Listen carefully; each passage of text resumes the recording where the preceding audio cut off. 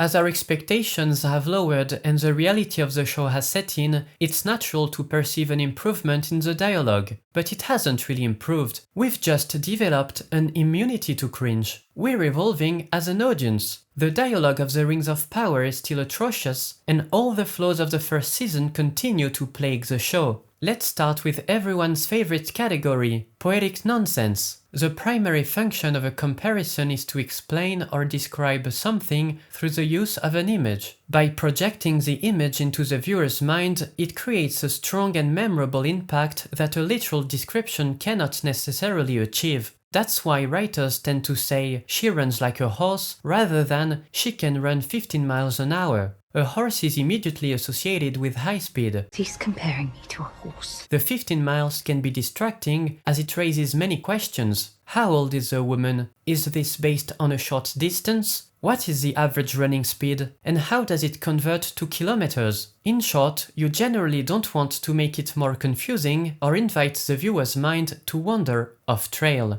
So let's look at this line. "'Cause a rumour's like a songbird. May sound filling from afar, but up close it's an empty feast. Let me get this straight. You compare the whisper of a rumor to the sound of a melody. To achieve this, you turn the rumor into a bird and you personify the bird to give its melody a human-like quality. From there, you add an arbitrary qualifier to the performance. The bird song seems to get worse the closer you get to it. You go one step further, and suddenly the melody of the rumor, which has been transformed into a bird song that gets worse the closer you get, is now being compared to a feast. Not just any feast, you're taking a stand and declaring the bird song to be empty. Why do you turn a rumor into a bird, into a feast, and conclude that the bird can't sing, when all you're trying to say is that rumors are bad? Even the premise is scuffed because a rumor isn't necessarily wrong, so the feast could in fact be filling.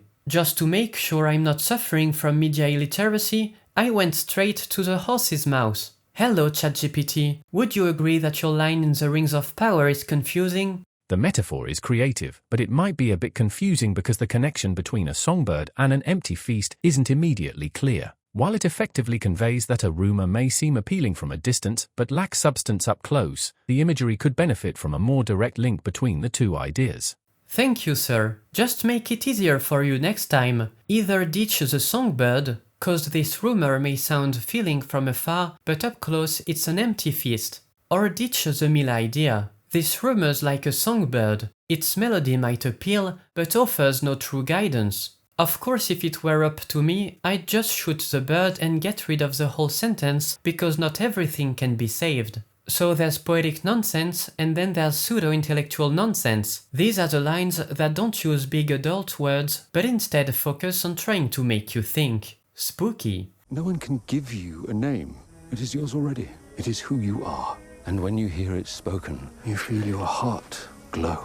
This is a pseudo-intellectual bullshit in its purest form because it doesn't make sense the second you think about it. Inspirational quotes don't have to hold up to a literal interpretation, but they do have to resonate with some level of truth. There's no way to relate to this quote because it's false. The vast majority of people in the universe and in real life do not choose their names. Most parents pick a name before the child is even born. How can a random name picked on the internet be who you are? Shout out to all the Bobs in the chat. Are you guys glowing? Did you know that if your name is Bruce, it means you are a Willowland? That's who you are. That's who you were meant to be. A bunch of trees. I love imagining an immigrant who had to change his name to Jeff because no one could pronounce his original name, being told that he can finally glow inside. It's just so inspiring. I love imagining little Billy explaining to the bullies why they can't call him Fatty anymore. The world is just so full of hope. And when a line makes no sense, it invites contradiction. If everybody calls you nobody, doesn't anybody call you somebody? From this horrible line, we learn that people can in fact give you a name if you're an idiot. Poor little Billy is literally called nobody by everyone. You're a loser, Billy. That's who you are. That's who you were always meant to be. So let them shit on you, Billy. Are you glowing yet, Billy? Of course, it wouldn't be The Rings of Power if the writers didn't triple down on stupidity. In the next episode, we get this. Wizard's staff is like a name. It's yours to wield already, if you prove yourself worthy of it. They just can't let this comparison die. Oh no, we have to build on it more and more. This is art. First, the phrase contradicts itself by implying ownership without prior qualification. The staff is already yours to wield if you're worthy. What? Second, it contradicts the idea that a name already belongs to you. Apparently it only does if you're worthy of it, so you have to earn the title of Lord of the Willowlands. Either a staff isn't like a name, or a name has to be earned, so at least one of you is wrong. The writers wrote a nonsensical pseudo-intellectual sentence, they then demonstrated by themselves that it wasn't true. They went on to enrich their nonsensical sentence with a shaky comparison of a name to a stick and concluded that the name is already yours, but only if you've earned it, so it's not already yours. This makes perfect sense. Please never stop writing. But my favorite line comes from a completely unrelated scene. King Durin telling us that he's not a slave to the sun when he's totally a slave to the sun. Pity those who dwell about, slaves to the sun. Collapsing our sun shafts. And with them, our ability to grow crops. Pity those who dwell about, slaves to the sun. Are you kidding me? Is the ring lowering your IQ? Do you think the holes in your mountain are lit by something other than the sun? It's called a sun shaft. Let's move on to the next issue. The characters still don't listen to each other. Welcome to Who Wants to Be a Millionaire? This is a conversation between Galadriel and Gil-galad. Galadriel says, Sauron seeks to rule Middle-earth not only through conquest, but by bending the minds and wills of all its peoples to his own, and for that he needs not armies but rings, and he cannot craft them without Celebrimbor. What is the most logical answer that Gil-galad can give? A. You're right, this is alarming. B. I disagree with your assessment of the situation because of arguments 1 and 2. C. I don't trust your opinion on the matter. Sauron has corrupted you. D. Sauron is alone, without army or ally. Eregion is protected by 2 rivers with miles of curtain wall of dwarven stone 10 foot thick. Rest assured, Celebrimbor and the secrets of his craft are safe. And the answer is D. Ignoring that Sauron doesn't need an army, ignoring that Sauron doesn't need to conquer, ignoring that Celebrimbor is a target, and concluding that the secret of his craft is safe. He didn't disagree with her, he simply didn't listen. He didn't address any of her concerns. If you pay attention, you'll notice that the writers try to trick the viewers into thinking that characters are listening to each other by turning them into parrots. After all, if a character repeats what the previous one says, that means they're listening, right? They did it so many times in season 1. They paid for this isle, with the blood of their kin. Then if blood be the price of passage, I will pay it. I welcome you to try. I have no need of your welcome. Or are you a castaway, grasping for a handhold in a tempest? There is a tempest in me! None of these lines make sense. No real people would say them. This happens because the writers can't create tension, so instead they use silly punchlines to create fake drama. We shall need an archer, 2 swordsmen. I trust you can recommend a set? Trust? Me? Are you certain that's wise, Commander? This has absolutely nothing to do with what he said. Elrond is not saying that he trusts you. He is saying that you, as commander of the northern armies, are better suited than he is to choose 3 soldiers. You're just parroting a word to create stupid fake drama like a 12-year-old spoiled brat. This is not only annoying to watch because it is not what he meant, but it also undermines Galadriel's character. Because yes, the dialogue hurts not only the audience, but the characters as well. Elrond learns that Halbrand was Sauron, and that's how the conversation goes. No, Galadriel, you were blind. Blinded by your own pride. And what frailty blinded you, Elrond? Not Dinan. What other path did your failure, Khazad-dûm, leave us with but this? You were my friend! Dinan! Galadriel repeats the word blind for her punchline, which has nothing to do with what he said. She attacks Elrond, claiming that his failure forced her to make Halbrand king. This is hilarious on so many levels. You couldn't get a rock, so obviously I brought Adolf back. I mean, what else was I supposed to do? It's clearly your fault. Galadriel is still unlikable. Never mind that she did it before Elrond's mission failed, or that she shouldn't even know about it. Galadriel can never be wrong, so Elrond turns into a victim and says, "You were my friend." What? The show also keeps gaslighting the audience by pretending that her pride is more important than defeating Sauron. The whole first season is about how she's willing to cross the ocean and the mountains just to kill Sauron, and all of a sudden her pride is more important. The writers just made that up to make the Anatar plot work.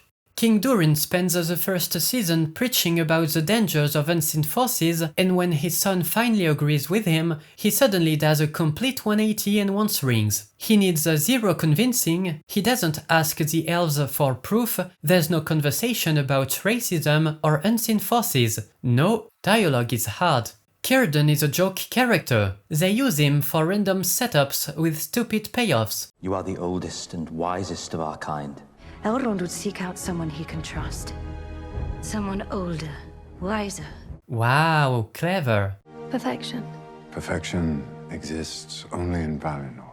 Perfection does not exist only in Valinor, High King. Wow, what an amazing payoff to a completely unrelated conversation. Is everyone used to him saying that? All we've learned about this dude is that he's the oldest and wisest, and that he's famous for using a catchphrase. That's nice. Celebrimbor is just ruined. I mean, he was kind of ruined when we learned that he didn't know what an alloy was, but they finished the job in Season 2. The whole deception of Sauron is based on pride and stupidity. You have not the slightest inkling how this feels. After all this time, after so many centuries, to finally create something. Wow, centuries for an elf. That's crazy. Tell me, why aren't you in Lindon to see the rings if it's so important to you? I made a whole video about Sauron's shitty deception, so I won't go any further, but the gist of it is that the dialogue is very stupid and boring. Sauron introduces himself as someone worse than Satan, then he talks randomly and lets Celebrimbor fool himself. There's no clever exchange, it's simply two stupid people competing to see who is less stupid. The writers threw in a random line about Sauron's ability to influence minds, giving them the freedom to manipulate the characters without earning it through well-crafted dialogue. And that's the big problem with the dialogue. It's not effective. We spend hours on bullshit that is either irrelevant or completely stupid. The dialogue isn't here to make you think or to entertain you, it's here to further the plot. Absolutely everything about the rings could be interesting. These are matters of spirit, as much as craft. Yes, please, this is so fascinating. I want more. How do the rings work? What makes them magic? Why only 3 rings for the elves? Do they have to be in different places to maximize their powers? And why do you need rings at all when the rock alone can cure leaf cancer? Imagine Sauron and Celebrimbor sitting down and discussing the ring for 20 minutes. It would give Sauron time to manipulate Celebrimbor, but also show their passion for the project. There could be so many quotable lines with double meanings. But no, we can't have answers, we can't have cool lines. Instead, we have shitty ones like this. What is beauty when it is born in part of evil? No less beautiful. This argument doesn't hold up to scrutiny. It falls apart immediately when applied to real life. Beauty is not just about surface appeal, it must also come from a place of goodness. This is a very famous photograph from 1975. It is a very beautiful image. A chaotic moment in time, permanently captured for the satisfaction of our eyes. And then you read the context behind the image, and suddenly you realize maybe it's not so beautiful. Maybe humanity could have done without this beauty. When something is born of evil, it bears the mark of that corruption, which tarnishes its beauty. Period. Would you cast Romil's verses into the flame because the poet was a drunkard? Why do you compare Adolf to a drunkard? Are you stupid? Drinking isn't evil. Separating the art from the artist only works if the art itself isn't evil. If Peter Jackson had actually murdered Sean Bean in Fellowship, it would be pretty difficult to watch the movie. But why should anyone care what Peter Jackson drinks? This is a completely false equivalency. The wisest man in Middle-earth is an idiot. So the dialogue about the rings sucks, and it's the same with any political or military discussion. The politics of Numenor could be absolutely fascinating, but no, we have to pick shitty colors, hug each other, and waste 2 minutes on an eagle. And now, Pharazôn is king. Can we get some real intrigue? The dialogue is so shallow. It was written by someone who doesn't understand strategy. It would be wiser to attack Adar from the east. We should send ships up the Anduin. Invade Mordor from the west. See to the preparations. That's it? 3 people suggest 3 completely different approaches, and the conclusion is see to the preparations. The preparations for what? You haven't decided on anything. Are you attacking on 3 fronts? Can we hear you debate the merits of each position? No, we can't. We need a plot. This is about the rings, not military strategy. This scene is just like hackers randomly typing on a keyboard in movies. We have to cross it off the list, but nobody on the production team knows how to hack, so we'll just tell our actors to press some keys. And how many more lines need to be wasted on the shitty mystery of Gandalf? It's been 16 hours. Who cares at this point? The writers keep elbowing us every 5 seconds. Look, maybe that's him, or maybe we'll pull the rug, who knows? It's annoying and it breaks the immersion because it's too self-aware. It feels like I'm being trolled instead of watching a lived-in universe. They just love to waste our time with their cryptic dialogue. Then you did not see it. See what? Perhaps it's changed. What do you mean? I don't understand. That's 30 seconds in the garbage to build a shitty mystery that the audience already knows. And don't get me started on the stupid jokes. Oh, I got stabbed. Oops, I stabbed you, lol. It doesn't hurt, hahaha. Yes, it does, you silly goose. I just stabbed you. The audience is blind, so I have to explain the joke. Hahaha, it's okay, it could have been worse. So funny. Don't worry, I'll just pull it out of you without even telling you. So quirky. No, why did you pull it out? You need to leave it in. OMG, I didn't know. Yes, I'll repeat for the people in the back. When you're stabbed, you need to leave it in. Oh lol. Well, now let me tell you about my life. I've never been stabbed. Oh, funny, me neither. Hahaha. Are we in love? Oh my god. Can you shut up? How is this funny? And how many hours must be wasted on pure nonsense? Let go. Out there's the Black Forest.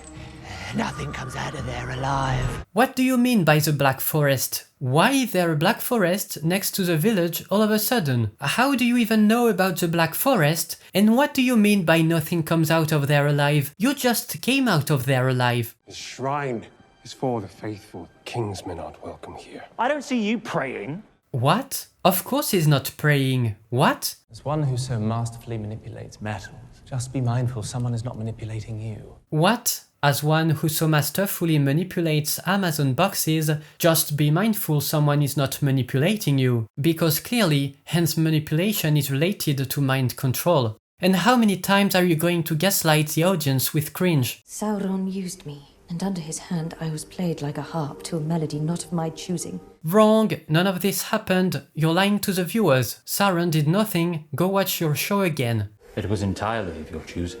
Sauron looked inside you, plucked the very song of your soul, note by note, making himself out to be exactly what you needed, the lost king who could ride you to victory. Wrong, you're rectifying her lie with a new lie. She never needed him to be king, he never wanted to be king. This is bullshit. You're trying to fix your shitty plot and characters. Anyway, I'll stop here. If I went on, we would be watching the whole show. The poetic nonsense, the pseudo-intellectual bullshit, the cringe, the contradictions, the characters not listening to each other, the jokes, all the flaws of season 1 are still there. The dialogue has not improved and is still a nightmare. Fortunately, they have 3 more chances to impress everyone. Exciting!